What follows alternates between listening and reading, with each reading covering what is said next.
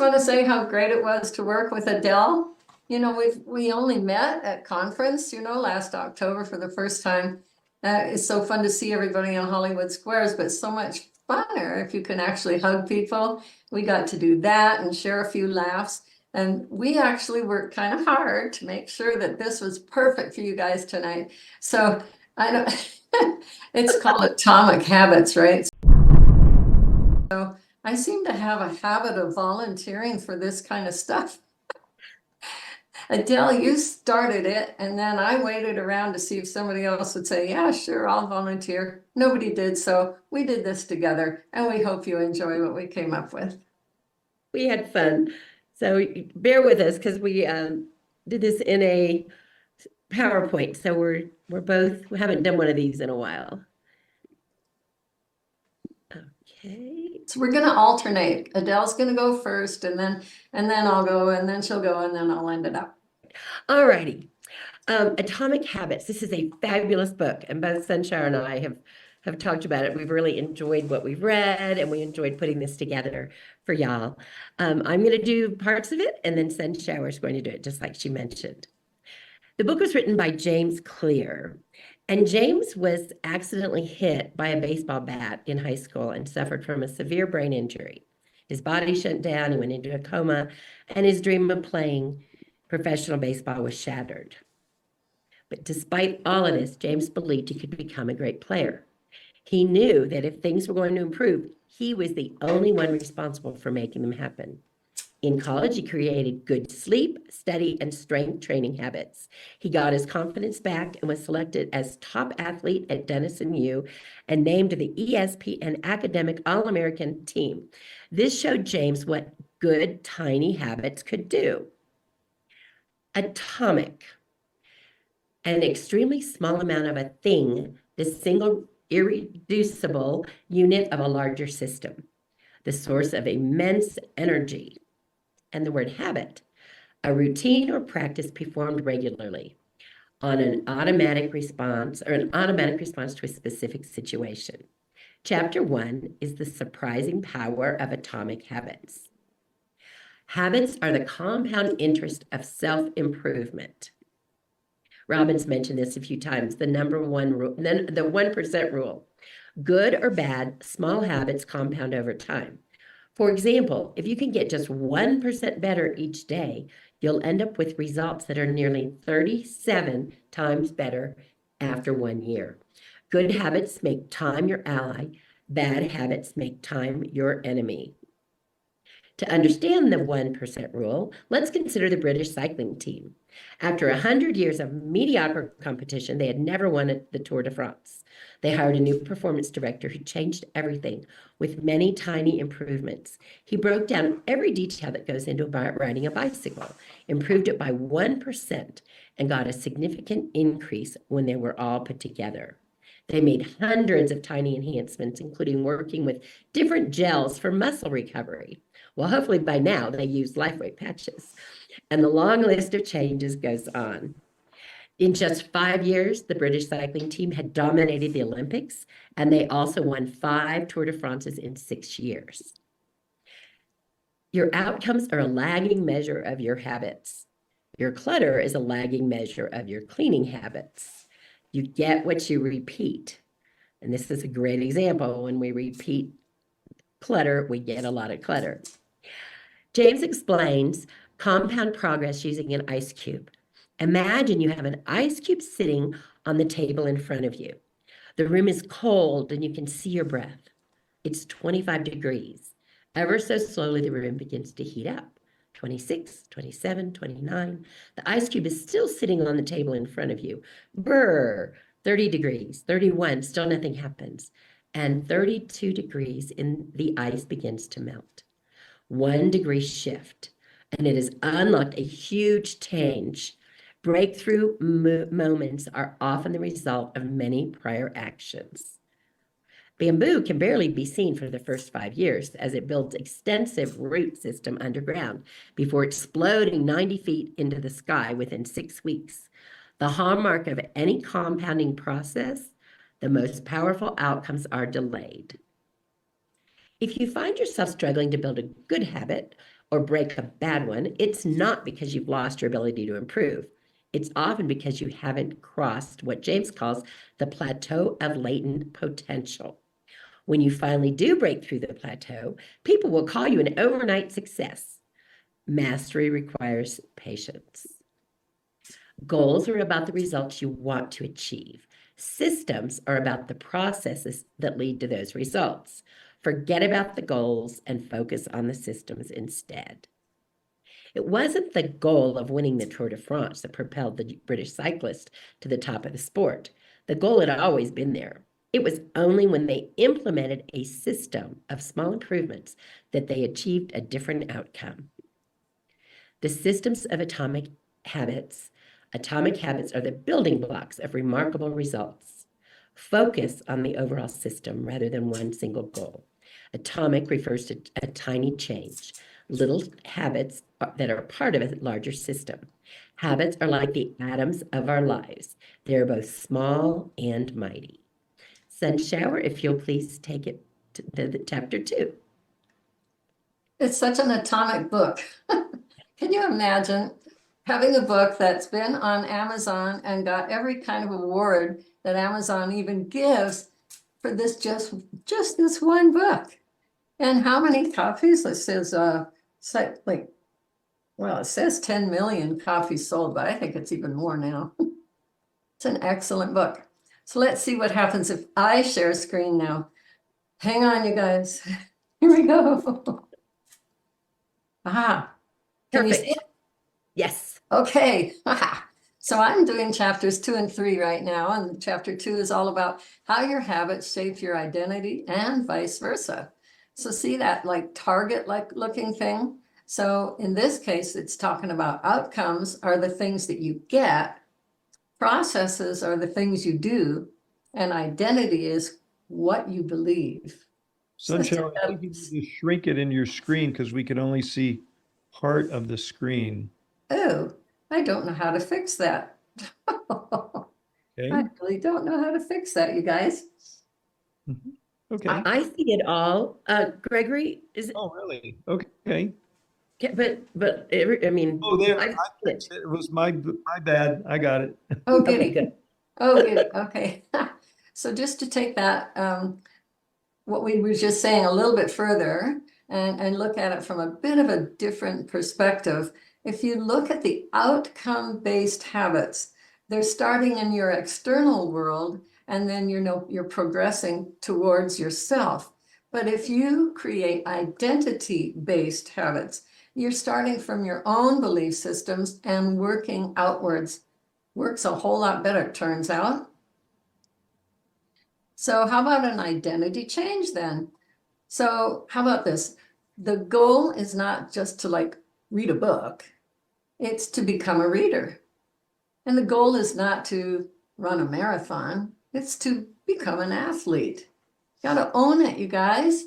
The goal is not to learn an instrument, the goal is to become a musician. So there's such a thing that James calls cognitive slumber. So people say things like, oh, I'm terrible at directions. I'm not much of a reader. I'm bad at remembering names. Well, hey, what? Guess what? Wake up. Each time you write a page, you're a writer. Each time you practice your guitar, you're a musician. And each time you start a workout, you're an athlete. So the real reason habits matter is that habits can change your beliefs about yourself. So rather than focusing on what you want to achieve, like the chick on the left side there, focus on who you wish to become. I don't know if you recognize that, but I did that caricature of Kate Middleton a whole bunch of years ago. Okay, so chapter 3, how to build better habits in 4 simple steps. Well, what is a habit? A habit is a behavior, as Adele said, that's been repeated enough times to become automatic. Any habit can be broken down into a feedback loop, according to James, in 4 steps. The first is the cue. You see something, you smell something, you hear something, then it becomes a craving. It's like, oh yeah, I want to do that. And then it's a response and you go do it. And then there's obviously going to be a reward for that. So 4 laws of behavior change. Make something in your environment obvious, make it easy, make it attractive, and make it satisfying. Your turn. All right, thanks. Let's see. We had some issues in our trial, but okay, is that good? Looks good for me. All righty. The first law is make it obvious. The man who didn't look right. James shares a story of a woman who attended a family gathering. She'd spent years working as a paramedic and upon arriving, took one look at her father-in-law and got very concerned. She insisted he go to the ER, where he was immediately operated on for a blockage of a major artery. What did the paramedic see? When major arteries are obstructed, there's a change in the pattern of distribution of blood in the face. After many years of working with people with heart failure, the woman had unknowingly developed the ability to recognize this pattern on sight. She couldn't explain what it was, but she knew something was wrong. The brain begins by noticing what's important, sorting the details, highlighting the relevant cues, and cataloging that information for future use. With enough practice, your brain automatically encodes the lessons learned through experience. Your ability to notice the relevant cues in a given situation is the foundation for every habit you have. Consider hunger. How do you know when you're hungry? You don't have to see an apple on the counter to realize it's time to eat. Suddenly you're hungry, even though you're not sure what tipped you off. Does your mouth start salivating at the sight of this food? Could it be triggering hunger and the desire to eat? You don't need to be aware of the cue for a habit to begin. And one of the most surprising insights about your habits is that you don't need to be aware of that cue. It's all subliminal or unconscious. The Japanese railway system is regarded as one of the best in the world, and the conductors have an odd habit. As they run the train, they have an odd ritual of pointing it at different objects and calling out commands. When the train approaches a signal, the operator points and says, "Signal is green," or throughout the ride points at a speedometer and calls out the exact speed. This is called pointing and calling, a safety system designed to reduce mistakes. It may seem silly, but it works incredibly well, reduces errors by up to 85%. Pointing and calling raises the level of awareness from a non-conscious habit to a more conscious level, because the train operators must use their eyes, hands, mouths, and ears. They are more likely to notice problems before something goes wrong. Behavior change starts with awareness. Once our habits become automatic, we stop paying attention to what we are doing. Habit scorecards, they help you become more aware of your behavior. This is a little hard to see, but basically the months are across the top and you just circle the one that you're in. And then there's 31 columns plus the habit. You just list your columns on the left side, and every day, like on the 8th today, Sunshower and I both ticked off the things that we had done, and we'll do by the end of the night. This habit tracker is brilliant, and it's so simple. You just list the habits you want to create and mark them off. And I personally like to total them each day for a little bit of self-competition. Chapter 5, the best way to start a new habit is the first law of behavior change is making it obvious. Many people think they lack motivation when what they really lack is clarity. James points out how it's important to make plans beforehand about when and where we will take action. How do you intend to implement a particular habit? Cues can trigger habits such as the feel of a phone buzzing in your pocket, the smell of chocolate cookies, the sound of an ambulance siren, but the most two common cues are time and location. The implementation intention formula is I will behave a behavior at time and location. I will meditate for 15 minutes at 7 a.m. in my living room. Once an implementation intention has been set, you don't have to wait for inspiration to strike. You simply follow your predetermined plan. I will drink water every time I put on my patches after brushing my teeth in the bathroom. Habit stacking. One of the best ways to build a new habit is to identify a current habit you already do each day, and then stack your new behavior on top. This is called habit stacking. The habit stacking formula is after current habit, I will new habit. For example, after I brush my teeth, I will put on my patches. After I sit down to dinner, I will say one more thing I'm grateful for that happened today. The key is to tie your desired behavior into something you already do every day. And Sunshower, you're going to complete this presentation. Well, okay. Let's see how we can do here. How's that looking, you guys? Perfect. See everything? Okay. Mhm. So we're doing now chapters 6 and 7, and then we'll wrap it up. So chapter 6 says motivation is overrated. Environment often matters more. I think the answer to that is it always matters more. So small changes in context can lead to large changes in behavior over time. But every time a habit is initiated by a cue, so make your cues of your good habits obvious in your environment. Then your habits become associated with a single trigger. Thus, the context becomes the cue. Let's look into that a little deeper.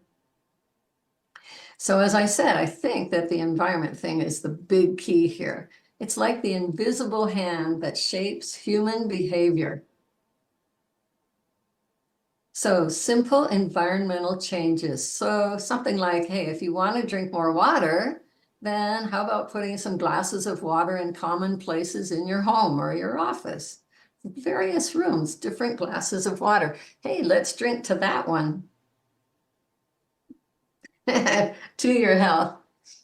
Or if you want to play your guitar more frequently, take it out of the closet and put the guitar stand, at least the guitar stand, in the middle of your living room. And then on to chapter 7, the secret to self-control, how to eliminate a bad habit. Guess what? Remove the cues from your environment. See what the arrow's pointing to here? Kind of hard to see, but it's a cell phone. Maybe it's good to remove your cell phone from the room you're working in for a few hours. So just kind of wrap it up here. James Clear is like famous. He's been teaching corporations, not just individuals, for a lot of years now. And if you buy his book, I guess on Amazon, is this correct, Adele? Then he offers you 5 bonuses, including like the news, the weekly newsletter. I'm already getting that. It's really good. And a few others like, well, what you see here, the habit tracker, reminds me of our health tracker. Well, now there's a habit I need to create. Use that thing every day. And I think, weren't you going to put the live link in our chat, Adele? Oh, yes, I will do that right now. Okay. Thank you, Sunshower. Yeah, I think that's it. Yep. So we've wrapped it up. Oh my, what a wonderful job. That is beautiful. Nice slides, nice presentation, and the content. Oh my gosh, now I understand the atomic habit. Thanks for pulling so many loose pieces together. It became so much more clear. Thank you, Mr. James Clear. Indeed. We used that word a lot while we were preparing for this presentation. Now, how can we make this clearer? Clearer. Yeah.